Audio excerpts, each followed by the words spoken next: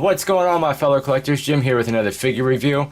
Tonight we're taking a look at yet another Neca figure. This is the Cult Classic Series 4 Shaun of the Dead Shaun.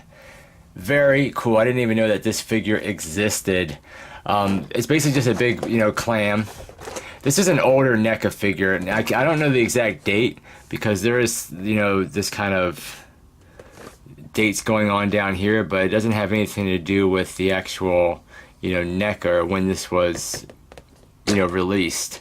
So I want to say maybe like mid 2000s, because it says Shaun of the Dead 2004 WT Venture. So I think around 2004 is when the movie came out. But on the back of the packaging we get this cool cardboard insert that has the other figures within Series 4. We have a read-up, and that's more or less just from the movie itself. But yeah, very cool, very neat. And if you have not seen Shaun of the Dead, I highly recommend watching it. It's a very, very cool film. But yeah, that is the packaging. Let's go ahead and crack this open and take a closer look. Okay, here he is out of the packaging along with everything that we do get with this figure. And this is definitely an older Neca figure, and we will get to that. They've come a long way. But this was actually a surprise. I didn't even realize there was a base behind the packaging. So this is really cool. We get this really nice little cement style base. So it turned out really cool. I like all the cracks that we have, and there's nice texture and paints all throughout the cement itself. We get some sculpted records here, and then like another smashed up record, and we get some forks and knives. So it actually looks really good, and we even get like some three-dimensional grass coming out of the cracks. So that looks really good. We do get the chest. I think the chest turned out really good. There's a bunch of different stickers all over it, so that's really cool. I really like the wash that they put here, like within the buckle and everything. But very cool for what it is. It does have a handle on the top, and this will open. And I didn't even realize that it opened until I obviously tried to open it. And then we also get a little stack of records here. And I got to give the folks over at Neca credit for that one, because this is really cool. The front cover is a Cult Classics Greatest Hit collection. It has a picture of all their figures on it. Really nice touch. And of course we just have a bunch of sculpted to make it look like a bunch of different record sleeves. On the back you got the music to kill zombies too. So really cool, and that just kind of ports in this little slot down here just to kind of keep it in place. But yeah, very cool base. He does come with an alternate hand that has flowers, so that's really cool. And this is like because he was trying to give these to his girlfriend in the movie. But the flowers came out nice sculpt, decent paint. The hand looks a little kind of Freddy Krueger-ish to me. But of course we get these like old style pegs that Neca used to use. He does come with his little cricket bat, which he used in the movie to smack the crap out of some zombies. But this has a decent little sculpt to it. It's got some nice little wood grain sculpted features in it. And then of course on the back we got dings. Nice little textured wrap down here. Then we get an additional record and sleeve. So we get Evil Adam, I Want My Money Back. And the record is kind of like sculpted to be kind of half coming out of the sleeve. Then on the back. So very neat. So that's all the accessories that does come with this figure. Let's take a closer look at the figure itself. Now right off the bat, I gotta say that I don't think the likeness is very good at all on this figure. I see where it was going, and I can kind of see it, but it's just something's definitely off about it. But I mean, for the most part, we get decent paint. I mean, of course, obviously, nowadays Neca does a much better job with head sculpt and even paint. But the sculpt is good. I do like the sculpt. I think the sculpt overall of the actor is there. It's just, it just looks a little bit funny to me for some reason. But I mean, we do get his, nice sculpted red hair. Of course, we do have his white work shirt, and we even have his little name tag on there. So that's really cool.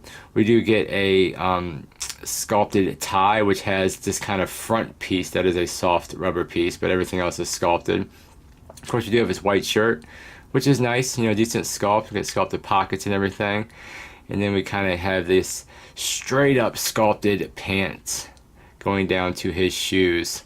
So we get nice sculpted wrinkles and everything, and his shoes actually came out, looking pretty decent for the most part. But it's all one solid sculpt. There's no articulation whatsoever in the legs. And it almost kind of reminds me of like what they use for Freddy Krueger's pants. It's just really hard, you know, dense plastic. So that's a little bit unfortunate that there's no movement whatsoever. The arms have a decent little paint to it. We do have his watch, so that turned out pretty nice. And as far as now, the watch is the hand that does have, you know, the rotation, and you can interchange with the flower holding hands just by popping the peg out, which you want to kind of probably be careful doing with these older figures. But you can peg that in to have the hand holding the flowers. And then as far as his other hand, it's basically just sculpted. There's no wrist movement or anything on there, but it's basically just sculpted to hold the bat, which you kind of have to like cram down in there because there's no separation here at the finger. And you see how how the skin almost looks like Freddy Krueger-ish. I don't know why, it just doesn't look right. Might have to, oh, there we go. I was gonna say, you might, I was thinking about cutting, you know, the finger away, but he will hold that for the most part. But yeah, I mean, as far as articulation on this guy, it's not, you don't really get much at all. It's almost like a statue. And the one thing that really irritates me is the way that they have his pants and shoes and feet sculpted. Oh, and on the bottom we get some nice sculpt as well as 2 peg holes. He will not stand. He will not stand on his own whatsoever. The way that they have his feet sculpted, there's just no way to get him to stand. He won't even like balance. So it is nice that we do get this nice base that does have 2 pegs on it, because really that's the only way you're going to be able to get him to stand up. So you got to kind of like press the foot in there, and yeah, then he'll stand. But it's nice, you know, it does make a nice piece.